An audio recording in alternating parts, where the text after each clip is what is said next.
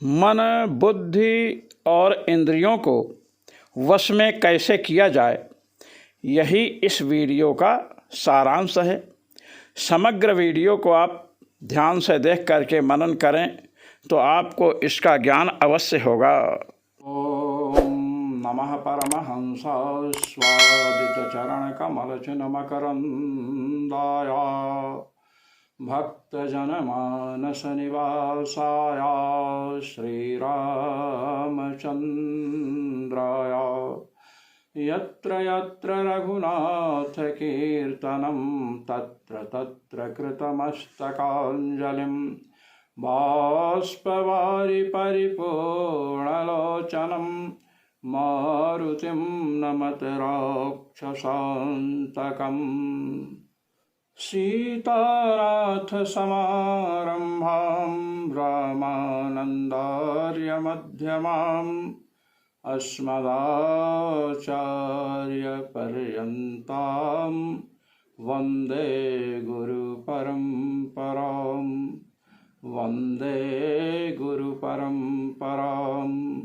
सर्वेश्वर श्रीरघुनाथो विजयते तराम।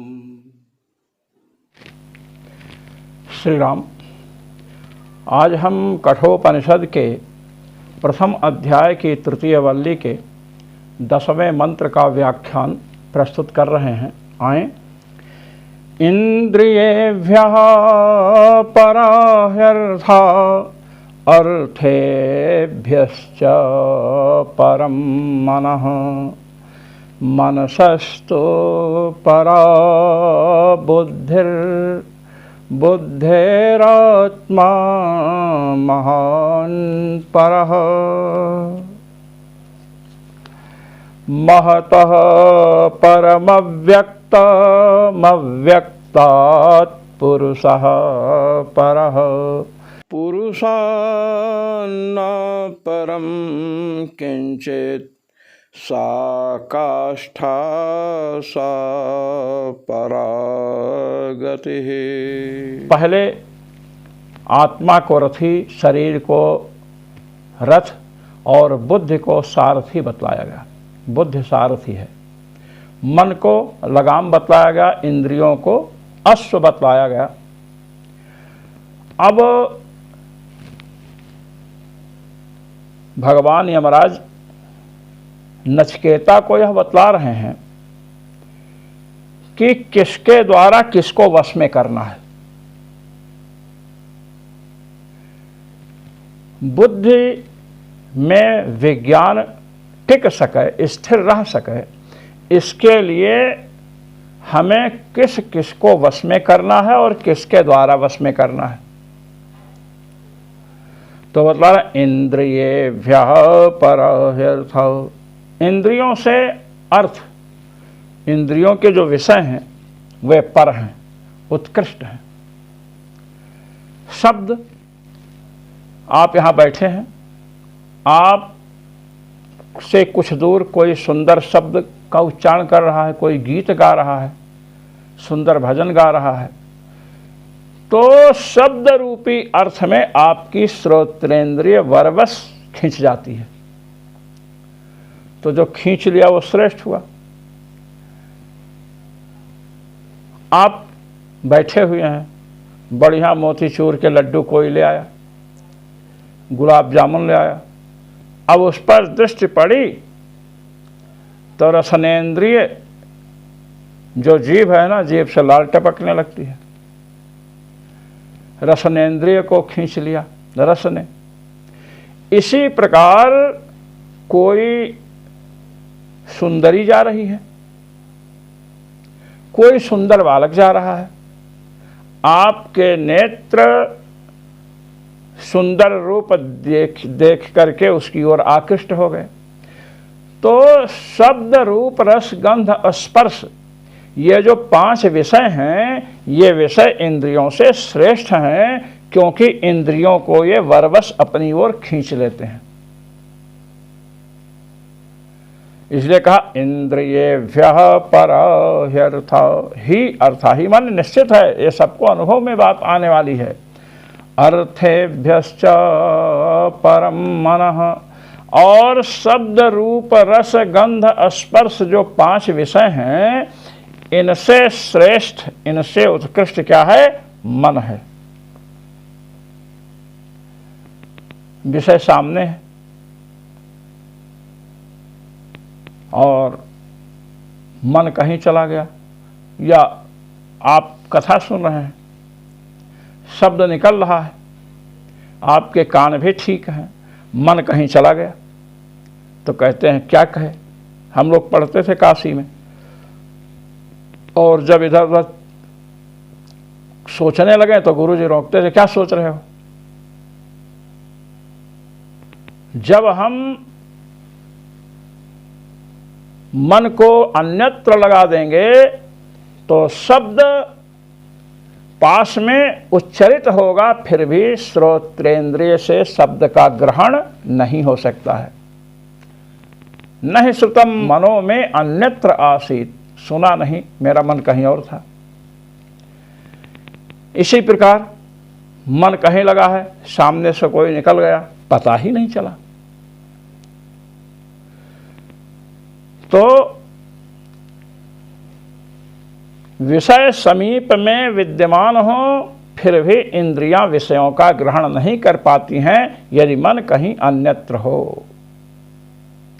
इसलिए कहा अर्थेभ्यश्च परम मनः, अर्थ से मन पर है, श्रेष्ठ है। क्योंकि जिन इंद्रियों को अर्थ ने, शब्द रूप रस गंध स्पर्श ने खींचा, उन्हीं इंद्रियों को शब्द रूप रस गंध स्पर्श ये पदार्थ नहीं खींच सकते हैं। मनसस्तु पर बुद्धि, मन से श्रेष्ठ बुद्धि है। बुद्धि निश्चयात्मक ज्ञान रूपिणी है। बुद्धि यदि निश्चय कर लिया हमें यह कार्य नहीं करना है, हमें झूठ नहीं बोलना है, हमें मिथ्या भाषण नहीं करना है, तो मन में यह बात आएगी भी तो भी वह मिथ्या भाषण नहीं करेगा। संकल्प अध्यवसाय। बुद्धेरात्मा महान परः, और बुद्ध से आत्मा, महान जो आत्मा है वो पर है। पहले यह चर्चा आई है, आत्मानं रथिनं विद्धि शरीरम रथ मेव तू। आत्मा को रथी समझो, शरीर को रथ समझो। बुद्धिम तू सारथिम विद्धि, बुद्धि को सारथी समझो, मन को लगाम समझो, इंद्रियों को घोड़ा समझो। अब आप देखिए, अश्व किसको समझे? इंद्रियों को। यहां इंद्रियेभ्यः परा अर्थाः, इंद्रियों को वश में करना है। तो इंद्रियों को वश में करने के लिए हमें क्या समझना होगा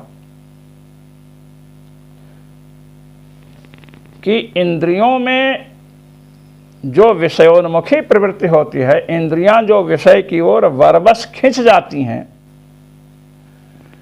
तो इससे लगा कि शब्द रूप रस गंध स्पर्श इंद्रिय अपेक्षया क्या है? उत्कृष्ट है। और मन यदि अन्यत्र हो तो विषयों में इंद्रियां नहीं जाती हैं। तो इसलिए इंद्रियों को यदि वश में करना है तो हम विषयों के साथ रहकर भी इंद्रियों को विषय में जाने नहीं दे सकते हैं।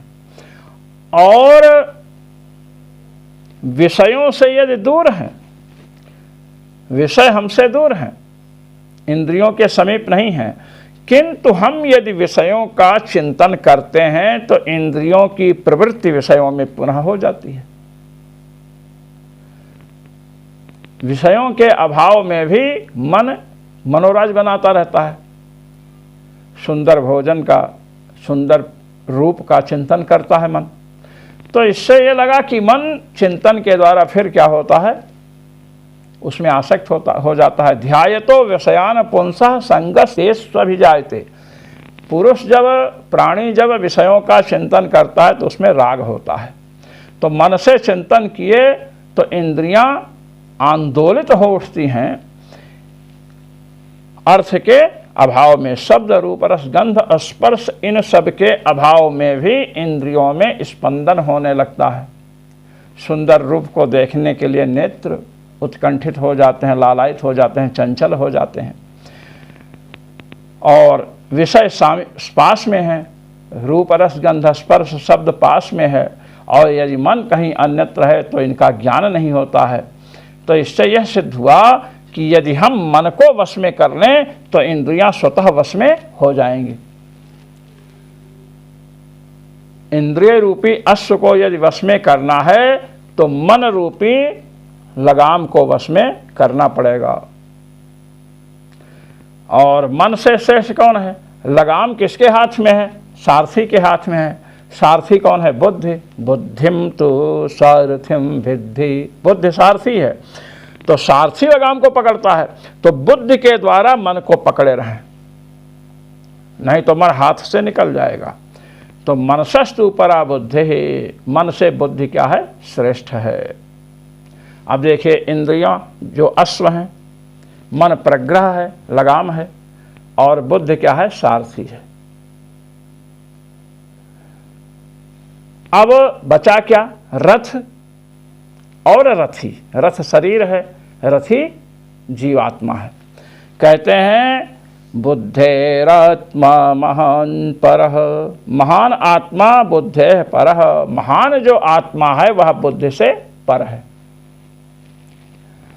क्योंकि बुद्धि भी प्रकृति का कार्य है, बुद्धि प्रकृति का कार्य है, वह जड़ है। बिना आत्मा के संपर्क के वह कहीं प्रवृत्त नहीं हो सकती है। इसलिए बुद्धि की प्रवृत्ति,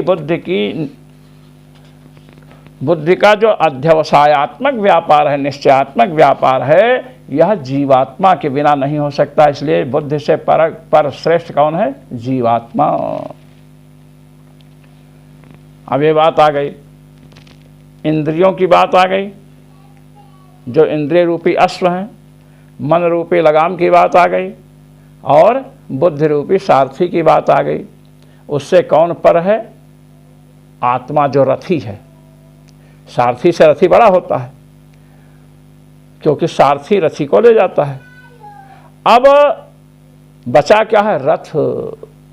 कहते हैं महतः परम व्यक्तम, महतः परम व्यक्तम, जो महान आत्मा है, जीवात्मा है, उससे पर उत्कृष्ट क्या है? अव्यक्त।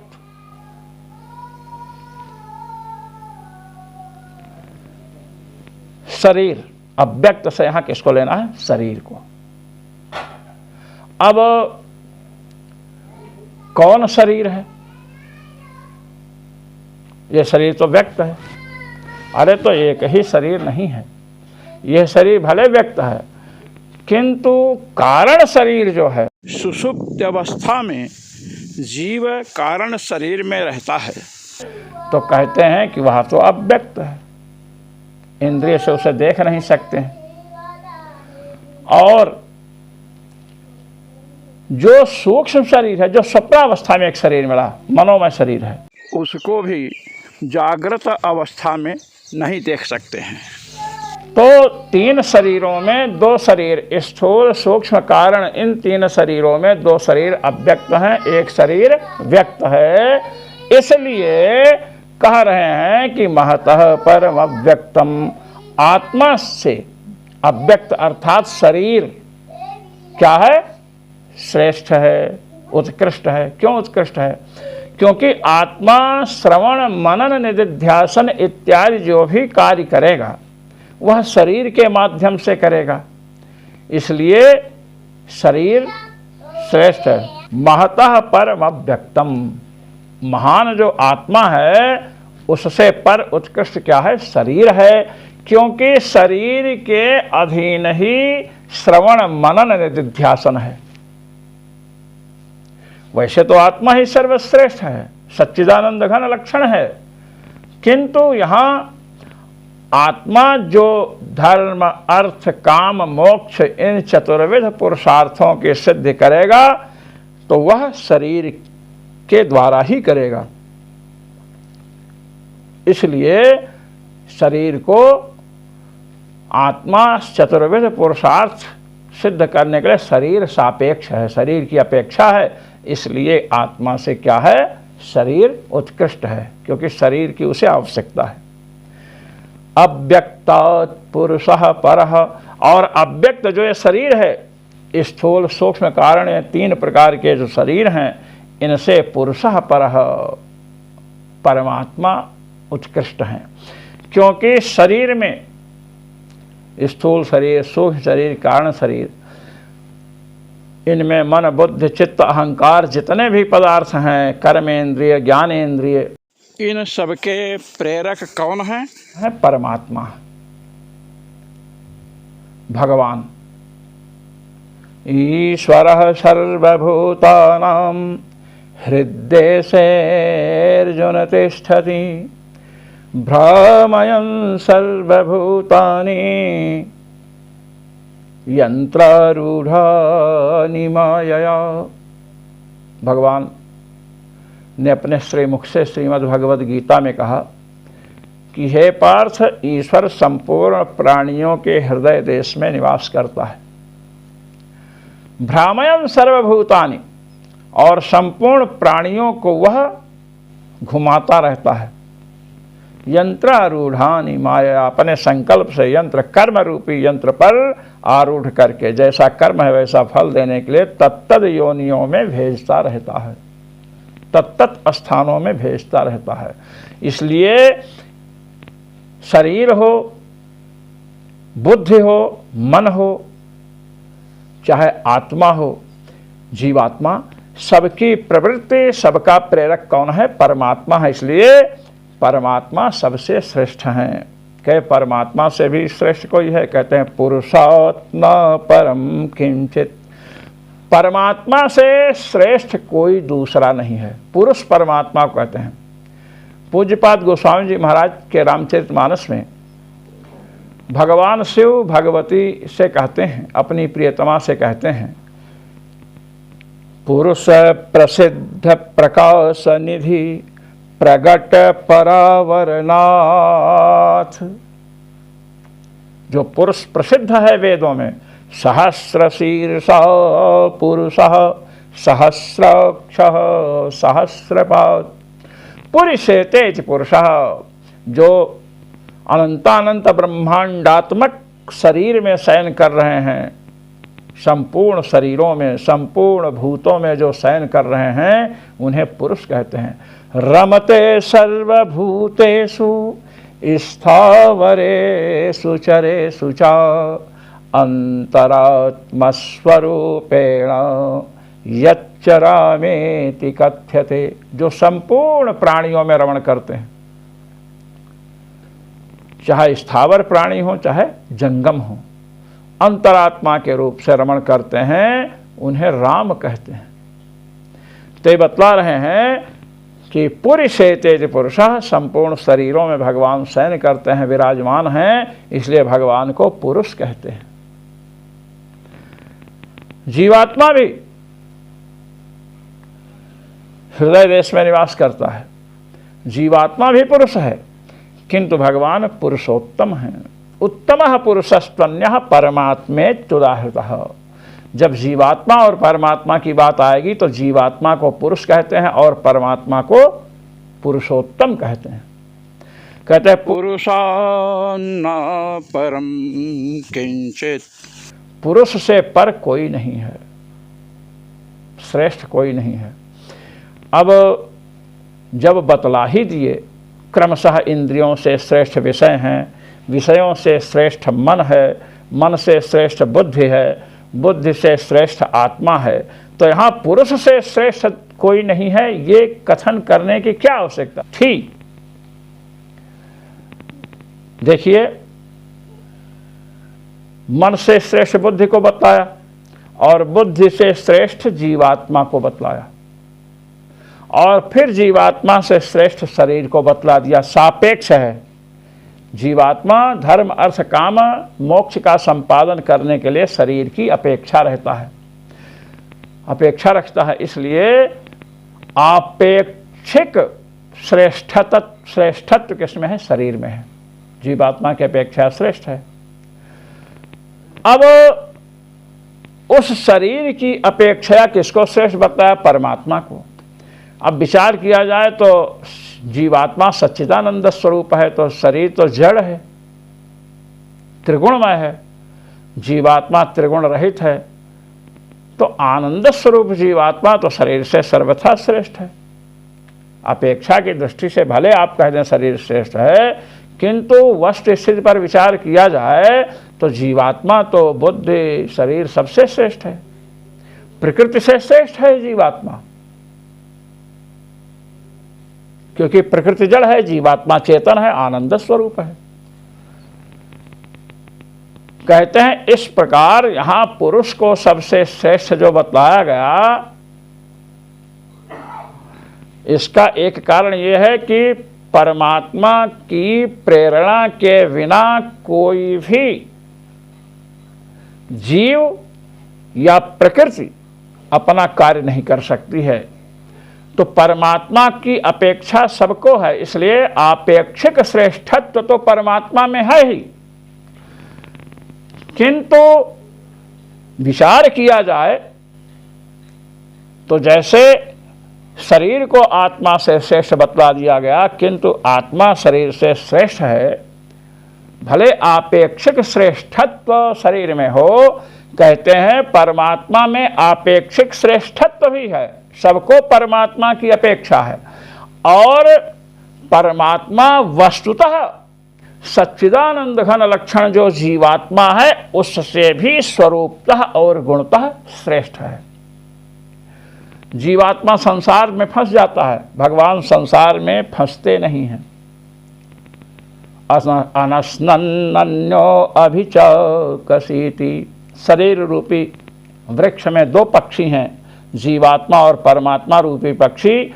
जीवात्मा सुंदर विषयों का उपभोग करता है तो भी दुखी है, और परमात्मा अनस्नन विषयों का भोग नहीं करते हैं फिर भी सुखी हैं। तो इसलिए परमात्मा जीवात्मा को अपने नियंत्रण में रखते हैं, प्रकृति को अपने नियंत्रण में रखते हैं। भगवान सबके शेषी हैं, भगवान सबके शरीरी हैं, संपूर्ण जगत भगवान का शरीर है। जगत सर्वम शरीरम ते, इसलिए अपेक्षाकृत श्रेष्ठत्व भी भगवान में है और स्वरूपतः और गुणतः भी श्रेष्ठता भगवान में है। इसलिए कहा पुरुषान्न परम किंचित, पुरुष से परमात्मा से श्रेष्ठ कोई भी नहीं है। स काष्ठा स परागति, भगवान ही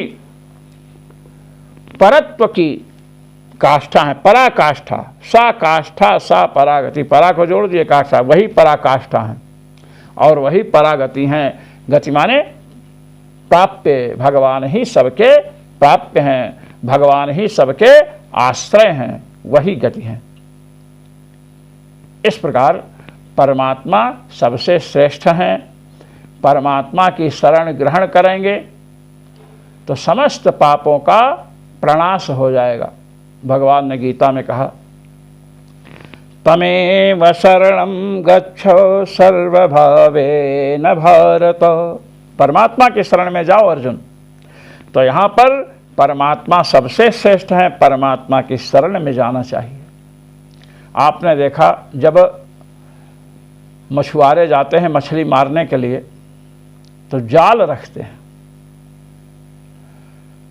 और जाल का मुंह मछुआरे की ओर खुला होता है। जब मछुआरा जाल फेंकता है नदी में या तालाब में तो मछलियां मछुआरे के विपरीत दिशा में भागती हैं और जो विपरीत दिशा में भागती हैं सब फंस जाती हैं, और जो मछुआरे के चरणों की ओर मछुआरे की ओर भागती हैं वे जाल से निकल जाती हैं।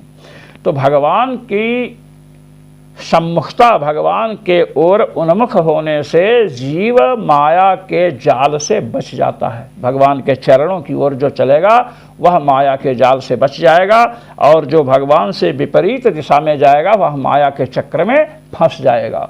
इसलिए तमेव शरणं गच्छ सर्वभावेन भारत, इसलिए भगवान की शरण में जाने का विधान शास्त्रों ने किया।